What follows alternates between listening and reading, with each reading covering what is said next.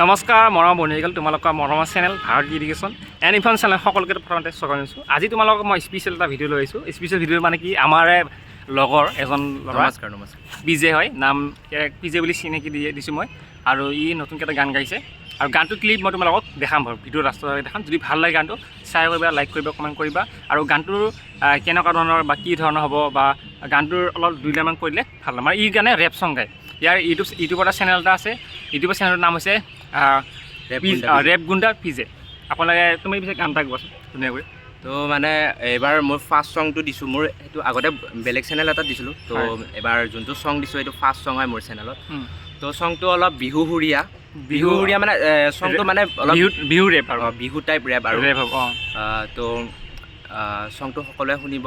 2 লাইনমান গাই দিছোঁ। গান দিয়া। মাঘ মাহত ভেলাঘৰ, বহাগ মাহত কপৌ ফুল, তই যদি নাচনি মই পিছে বজাম ঢোল, মাংস মই খাওঁ বাট ভাল লাগে মাংসৰ জোল, মই পাইছিলোঁ সঁচা ভাল তাই বনালে এপ্ৰিল ফুল। তো মানে এনেকুৱা আৰু চংটো আপোনালোকে মানে গানটো মই শুনিছোঁ।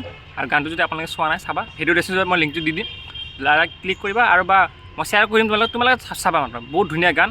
আৰু মই সেইকাৰণে ল'ৰাটোৰ কাৰণে মই চাইছোঁ। আৰু মোৰ লগত যিহেতু মোৰ বন্ধু হয়, মোৰ দৰকাৰ যাতে আমাৰ অসমৰ ল'ৰা ছোৱালী আগবাঢ়ে, নতুন নতুন প্ৰজন্মৰ আগবাঢ়ে, নতুন নতুন গান লিখে। আজি এতিয়া সৰুৰ পৰা গান লিখি আছে, আগন্তুক যদি 10 বছৰ পিছত ভাল ভাল গান আহিব পাৰে। সেইকাৰণে তোমালোকক মই ছাপোৰ্ট কৰা ল'ৰাজনক। আৰু তোমালোকে পাৰিলে চেনেলটো ছাবস্ক্ৰাইব কৰিবা ইয়াৰ। আৰু নতুন নতুন গান আহি থাকে, ধুনীয়া ধুনীয়া গান, যেনেকৈ আমাৰ এতিয়া শংকুৰাজৰ গান যেনেকৈ আমি ভাল লাগে, ঠিক তেনেদৰে আমাৰ পিজেৰ গান যদি শুনা তোমালোকে মজা পাবা। এনেকুৱা ৰেপ যোনে আমাৰ ৰেপ লাভাৰ, মই কৈছোঁ ৰেপ লাভাৰৰ কাৰণেহে এই গানকেইটা।